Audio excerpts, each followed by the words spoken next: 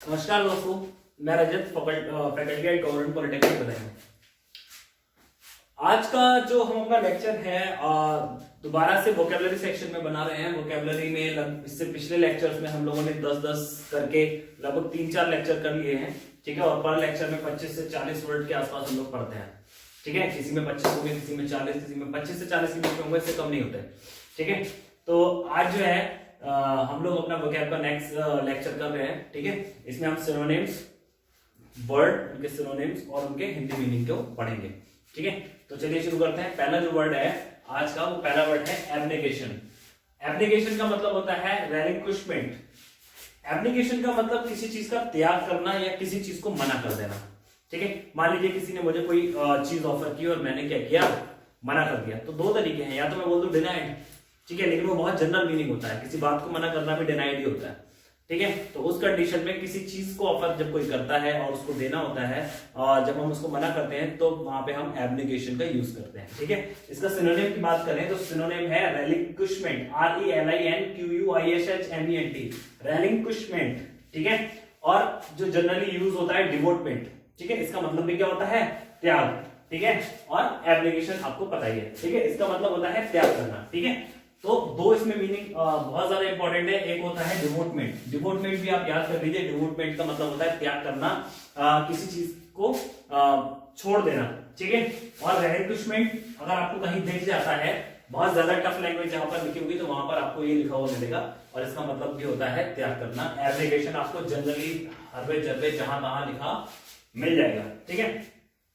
अगला मीनिंग जो है सुपरसिलियस, ठीक है। सुपरसिलियस का मतलब होता है घमंडी, ठीक है।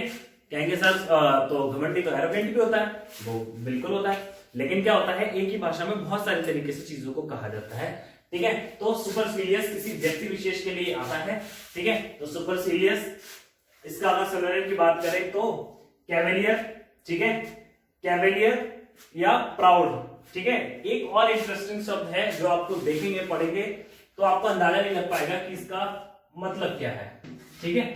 और वो है होइटी टॉइटी, ठीक है।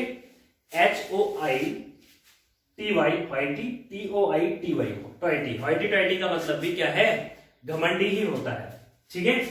अगला हम शब्द यूज करते हैं वो है इंसोसिएंट। इंसोसिएंट का मतलब आप इनोसेंट से समझ लीजिए, ठीक है। इनोसेंट का मतलब क्या होता है, मासूम, जिसको कुछ पता ना हो। लेकिन इंसोसिएंट का मतलब होता है मस्त मौला, जिसको आसपास की बातों से मतलब ना हो, ठीक है। इंसोसिएंट और इनोसेंट लगभग सेम मीनिंग है, लेकिन वही बात है कि इनोसेंट का मतलब होता है मासूम लोगों के लिए यूज होता है, जो भोले होते हैं और जिनको आसपास की बातों से मतलब ना हो, ठीक है, जो मस्त मौला रहते हो, अपने आप में खुश रहते हो, उनके लिए यूज होता है इंसोसिएंट, ठीक है, ठीक है।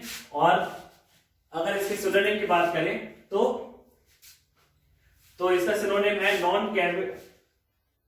नॉन कैलिनेंट, ठीक है, नॉन कैलिनेंट या फिर कैजुअल, ठीक है। इसका मतलब भी क्या होता है, मस्त मौला, अपने आप में मतलब रखने वाले। बस आप याद रखिए कि ये जो शब्द है एसोसिएट, वो ज्यादातर यूज होता है, ठीक है।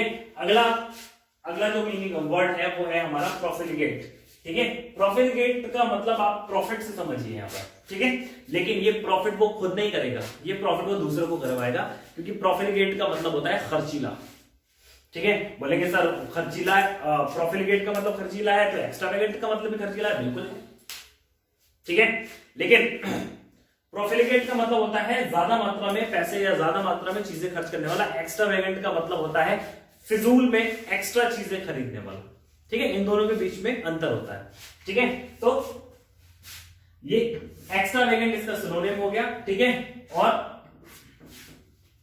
प्रोडिगल इसका एक और सिनोनिम हो गया, ठीक है। तो प्रोफिलिगेट का मतलब क्या हुआ, खर्चीला या ज्यादा खर्च करने वाला। सिनोनिम की बात करें तो क्या बन के आ जाता है, एक्स्ट्रावेगेंट, ठीक है। फिर आता है रिकैलिएंट, ठीक है। इसका जो प्रोनाउंसिएशन है आप सही से करिएगा, 3 पार्ट में तोड़ के करिएगा। एक पहला है रिकैलिएंट, ठीक है, दूसरा ट्रेंट, ठीक है। तो रिकैलिएंट ट्रेंट, ठीक है, रिकैलिएंट ट्रेंट, ठीक है। इसका मतलब होता है बात ना मानने वाला, अक्खड़, एरोगेंट, ठीक है। या हेडस्ट्रॉन्ग भी यूज कर देते हैं। कई बार अगर आपको हेडस्ट्रॉन्ग लिखा मिल जाए और आपने अंदाजा लगाना शुरू किया कि सर से मजबूत होगा, तो ये बिल्कुल गलत होगा। हेडस्ट्रॉन का मतलब भी क्या होता है? घमंडी, जो बात ना माने या अक्खड़। ठीक है, तो इसका जो शब्द का जो प्रोनाउंसिएशन है आप इसको सही से कीजिएगा, रिकैलेंट्रेंट। ठीक है, मैं इसको लिख देता हूं उसका प्रोनाउंसिएशन।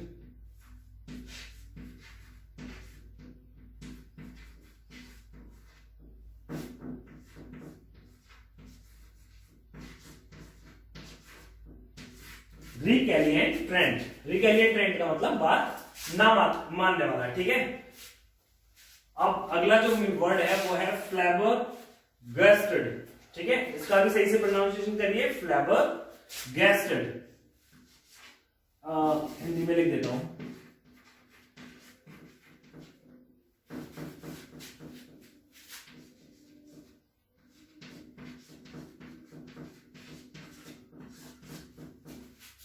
फ्लैबरगैस्टेड। फ्लैबरगैस्टेड का मतलब होता है रेस्ट्रेंट। रेस्ट्रेंट मतलब हैरत में पड़ा हुआ। ठीक है, वंडर्ड। ठीक है, इसका एक सिनोनिम और लिख दीजिए, चलिए याद आ गया, वंडर्ड। ठीक है, वंडर्ड को जब हम एज अ वर्ब यूज करेंगे तो इसका सिनोनिम बन के निकल के आएगा। ठीक है, तो फ्लेवरेंटिस्ट। ठीक है, इसका मतलब जो है वो हैरत में पढ़ना हो गया। ठीक है, अगला जो वर्ड है वो है डिबंच। डिबंच बहुत जनरली जहां पर किसी जगह कुछ चीज तबाही की जब बात करते हैं तब वहां पे डिबंच का यूज होता है। किसी के द्वारा अगर तबाही करी जाए, ठीक है, उस कंडीशन में डिबंच का यूज करते हैं। ठीक है, डिबंच का मतलब होता है तबाह कर देना, बर्बाद कर देना।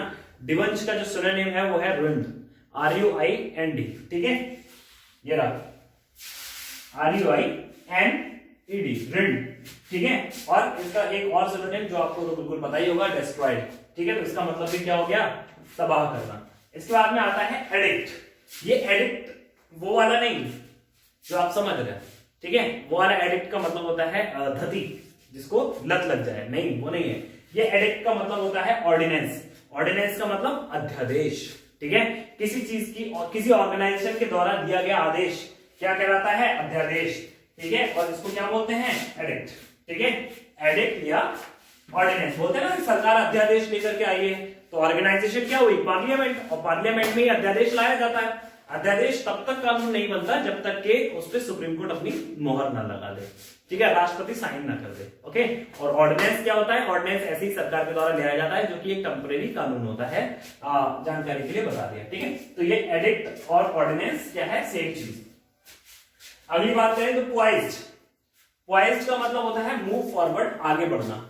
एक चीज और ध्यान रखिए, इसमें मैंने लिखा नहीं है, पॉइज्ड का मतलब जो होता है तौलने से रिलेटेड भी होता है। ठीक है, और वेट से रिलेटेड भी होता है, उसको भी पॉइज्ड बोलते हैं। ठीक है, सेम स्पेलिंग होती है, सेम सब कुछ होता है। ठीक है, तो पॉइज्ड का मतलब जो यहां पर हम ले रहे हैं वो क्या ले रहे हैं? मूव फॉरवर्ड, की ओर अग्रसर। ठीक है, और इसके बाद में अगला लास्ट शब्द है हेल्पलेस। हेल्पलेस का मतलब आप हेल्पलेस से समझिए। हेल्पलेस का मतलब आप हेल्पलेस से समझिए, बिल्कुल सेम मीनिंग निकल करके आता है। हेल्पलेस का मतलब होता है अभागी। ठीक है, क्या है? अक्यूज्ड। ठीक है, एक्यूज्ड। ठीक है, जिसका कोई दोष ना हो और उसका जो भाग्य है वो बहुत खराब हो। ठीक है, तो उस कंडीशन में हम उसके लिए क्या यूज करते हैं?